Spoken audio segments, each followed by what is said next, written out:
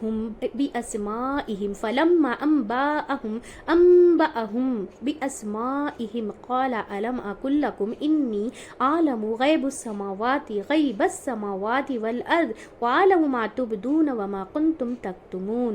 اس میں کہا جا رہا ہے کہ فرمایا اے آدم خبر دو انہیں ان کے ناموں کی۔ پھر جب اس نے خبر دی انہیں ان کے ناموں کی، فرمایا کیا نہیں میں نے کہا تھا تم سے بے شک میں جانتا ہوں غیب آسمانوں اور زمین کا، اور میں جانتا ہوں جو کچھ تم ظاہر کرتے ہو اور جو کچھ ہو تم چھپاتے۔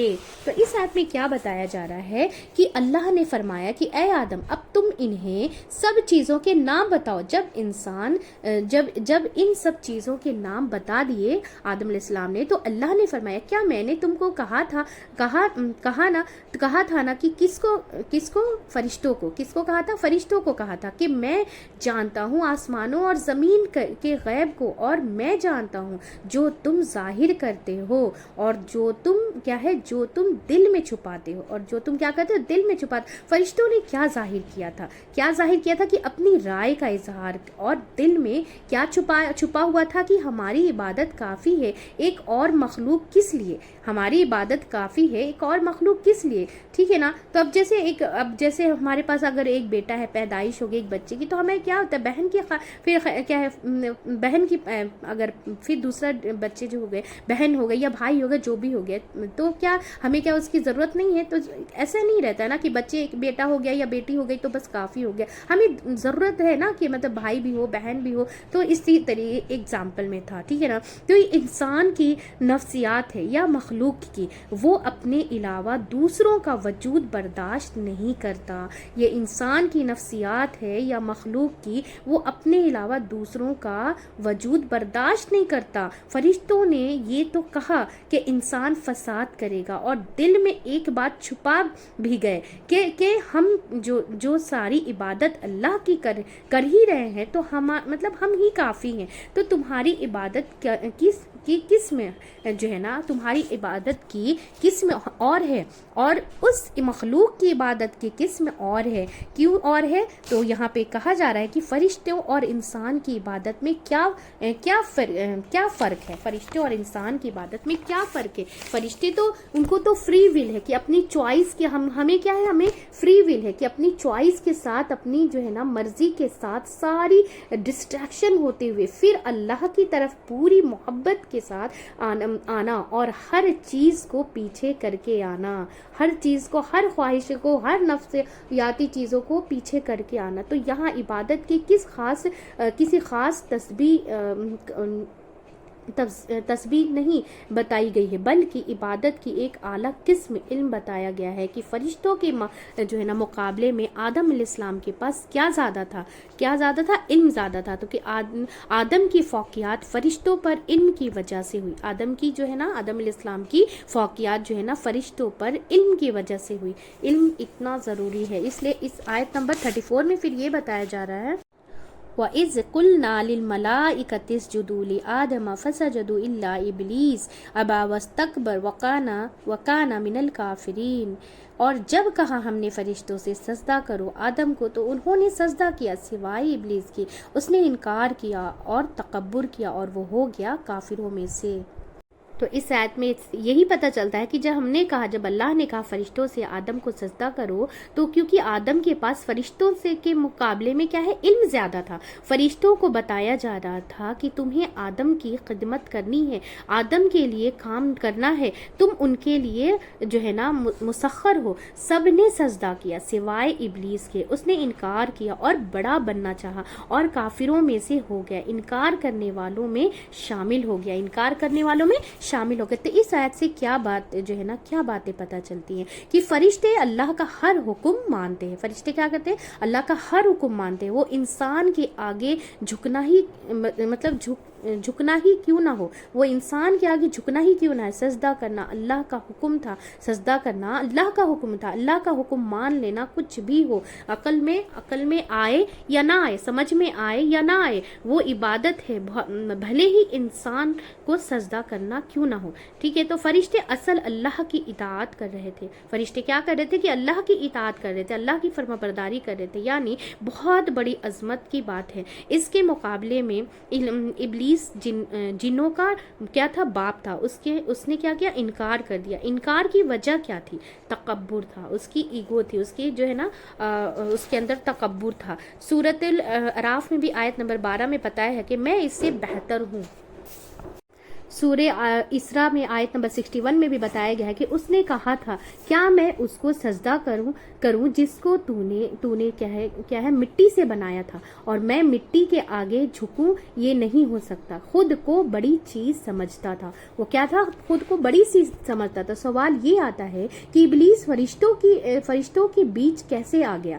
سوال یہ آتا ہے کہ ابلیس فرشتوں کے بیچ کیسے؟ کیونکہ وہ تو جن تھا، لیکن وہ فرشتوں کے بیچ کیسے رہتا تھا؟ تو وہ جنوں کا باپ تھا، بہت عبادت گزار تھا اور عبادت کی کثرت کی وجہ سے فرشتوں کے ساتھ رہتا تھا. فرشتوں کی جو ہے نا کمپنی میں تھا. لیکن کسی بھی کمپنی فائدہ نہیں دے سکتی جب تک کہ انسان خود انسان نہ ہو اور جن واقعی اللہ کا اطاعت گزار نہ ہو. اس کا کیا ہے اور بھی جو ہے نا مسئلہ تھا کہ اور ظاہر کی عبادت اس وقت فائدہ نہیں دیتی. ظاہراً عبادت اس وقت فائدہ نہیں دیتی جب تک کہ انسان کا دل نہ جھکے. اور اصل سجدہ اور عبادت کیا ہے؟ اپنے آپ کو اللہ کے مقابلے میں چھوٹا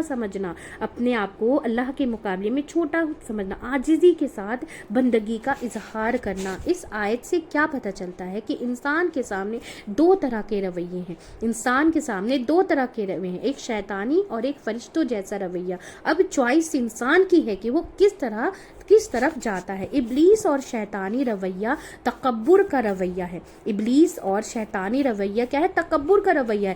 اللہ کا حکم نہ ماننا. اور فرشتوں کا کیا تھا کہ اللہ کے حکم کے آگے جھک جانا. اپنے سے کم تر کے آگے جھکنا کیوں نہ ہو.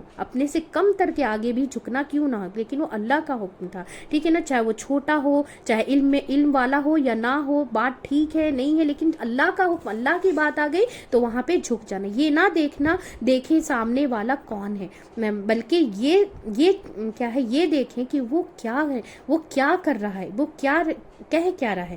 بہت سے لوگ چھوٹا سمجھ کر بات نہیں مانتے. جیسے عورت کی بات لے لے کہ عورت کو لوگ بولتے ہیں کہ ان کو کیا عقل ہے، ان کو تو عقل ہی نہیں ہے. علم میں ہم ہی سمجھدار ہیں. کیا ہے؟ سمجھدار ہے، عقل مند ہے. اور عورت کی باتوں کو بہت جلدی سے ڈینائی کر دیا جاتا ہے. تو بات درست ہو تو مان لے، چاہے وہ چھوٹا ہے یا پھر بڑا، کوئی بھی ہو، چھوٹا یا بچہ ہی کیوں نہ ہو. اگر بات درست ہے تو اسے مان لے. انسان کو جو ہے نا باعث اور متاثر نہیں ہونا چاہیے.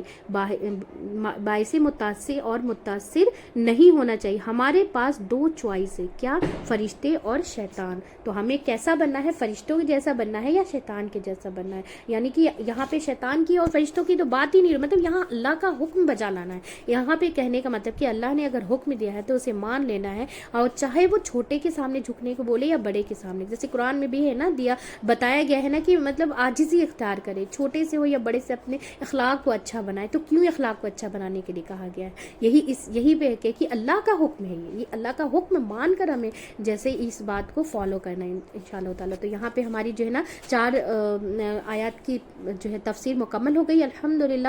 بہت ہی دھیان اور توجہ سے سنے گا اور ایک فیملی کی طرح ہم سب مل کر اسے ایک دوسرے کی طرف زیادہ سے زیادہ شیئر کریں گے تاکہ ہم سب کو جو ہے نا اس قرآن کی جو ہے چھوٹی سی چھوٹی باتیں جو پتہ چلے تو ہم سب جو ہے نا ہم سب کو عمل کرنے میں بہت آسانی ہوگی انشاءاللہ تعالیٰ. چلیے دعا پڑھ لیتے. سبحانک اللہم و بحمدک و نشہد لا الہ الا انت استغفرک و اتوب الیک. السلام علیکم و رحمۃ اللہ وبرکاتہ.